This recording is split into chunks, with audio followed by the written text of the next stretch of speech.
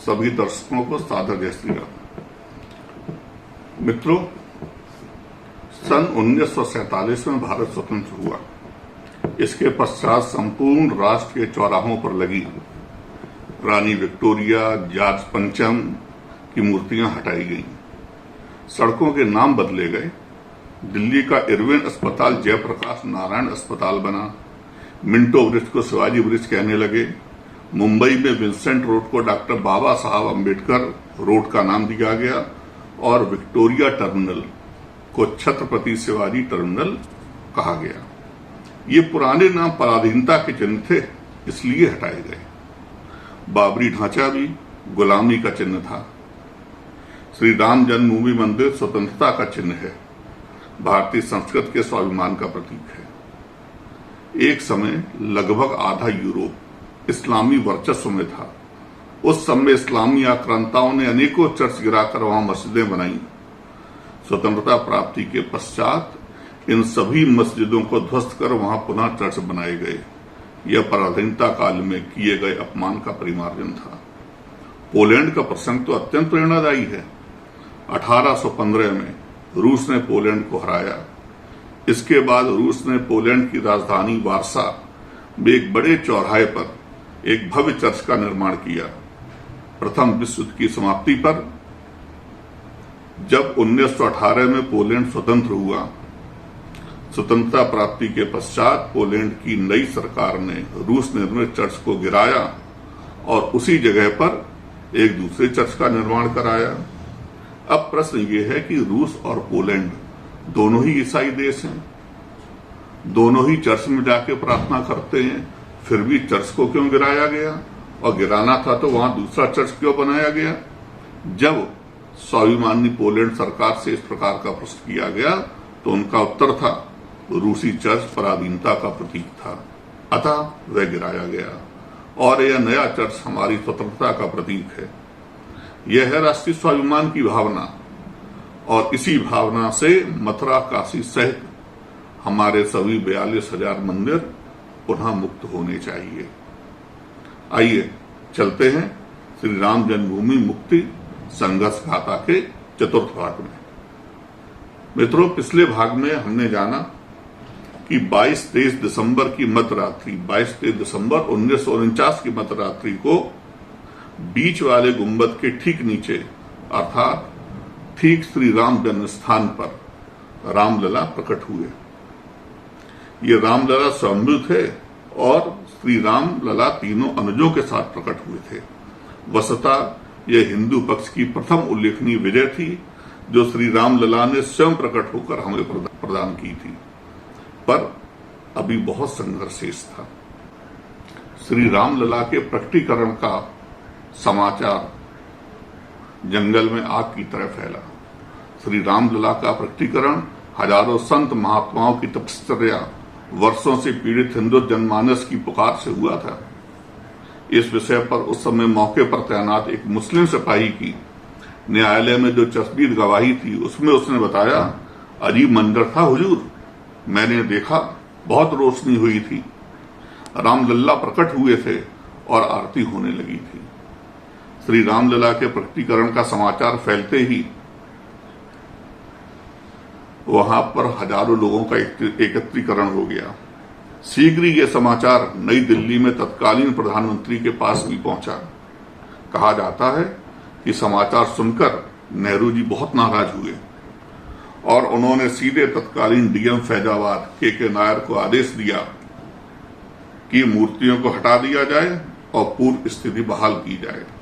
परंतु डीएम के नायर ने यह कहकर आदेश नहीं माना कि पीएमओ सीधे आदेश नहीं दे सकता।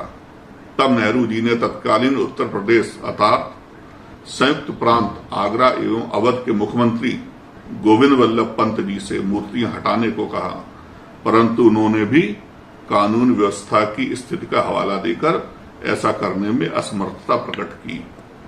अंततः भारी दबाव के कारण डीएम श्री के नायर ने त्यागपत्र दे दिया, परंतु मूर्तियां नहीं हटने दी।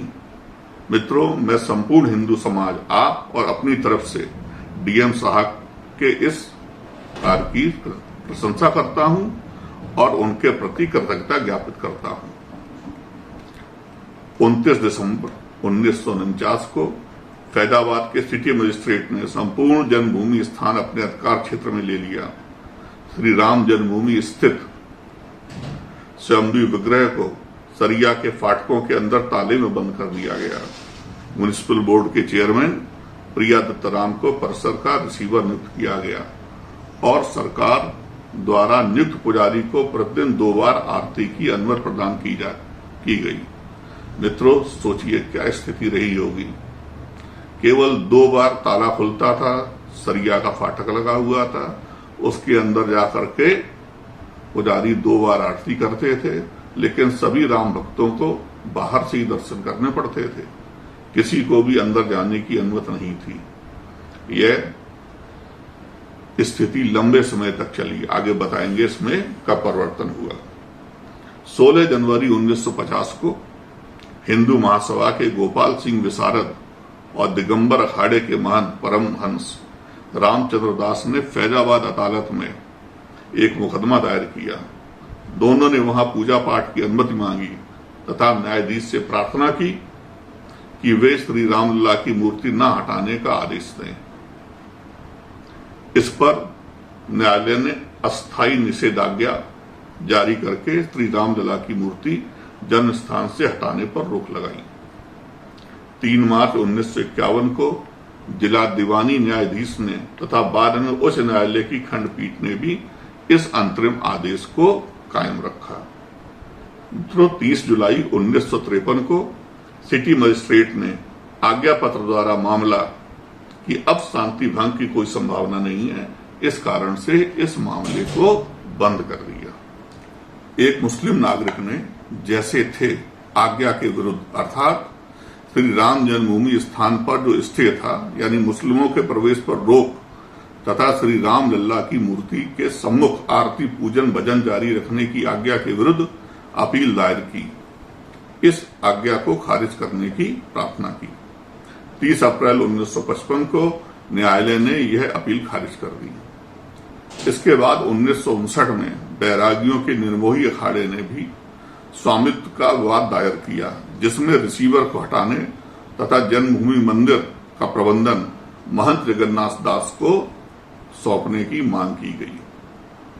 18 दिसंबर 1961 को 22-23 की मध्यरात्रि में जन्म स्थान पर श्री रामलला के प्रकट होने के बाद लिमिटेशन कानून के अनुसार 11 वर्ष 11 माह और 26 दिन की अवधि समाप्त होने जा रही थी कि उत्तर प्रदेश के वक्फ के सुन्नी सेंट्रल बोर्ड ने चौथा वाद दायर किया और श्री राम जन्म स्थान को मुस्लिमों को वापस करने की मांग की।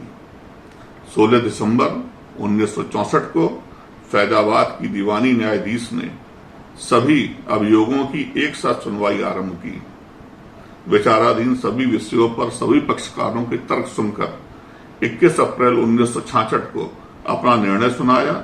अपने निर्णय में विद्वान न्यायाधीश ने कहा, हमारे सामने निर्णयार्थ जो अभियोग हैं उनसे संबंधित विशिष्ट वादग्रस्त जायदाद के संबंध में कोई भी न्यायिक या सरकारी दस्तावेज हमारे पास नहीं है। यह निष्कर्ष अंतिम हुआ है। इसका अर्थ यह हुआ कि न्यायालय ने वक्फ बोर्ड का अभियोग दायर करने का निर्णय अमान्य कर दिया। मित्रों, इस बीच एक महत्वपूर्ण घटना घटित हुई। 29 अगस्त 1964 को मुंबई में विश्व हिंदू परिषद की स्थापना हुई। इसे उल्लेखनीय घटना इसलिए कह रहे हैं कि आगे के संघर्ष में विश्व हिंदू परिषद की एक महत्वपूर्ण भूमिका होने वाली है। मित्रों, इसके आगे की गाथा अब अगले अंक में। इस गाथा को और अधिक रोचक संदेशप्रद बनाने में आप सबके सुझाव व सहयोग की आवश्यकता है। कमेंट में अपने सुझाव अवश्य दें एवं अपने सहयोगियों व परिचितों को यह वीडियो अवश्य शेयर करें। धन्यवाद। जय श्री राम।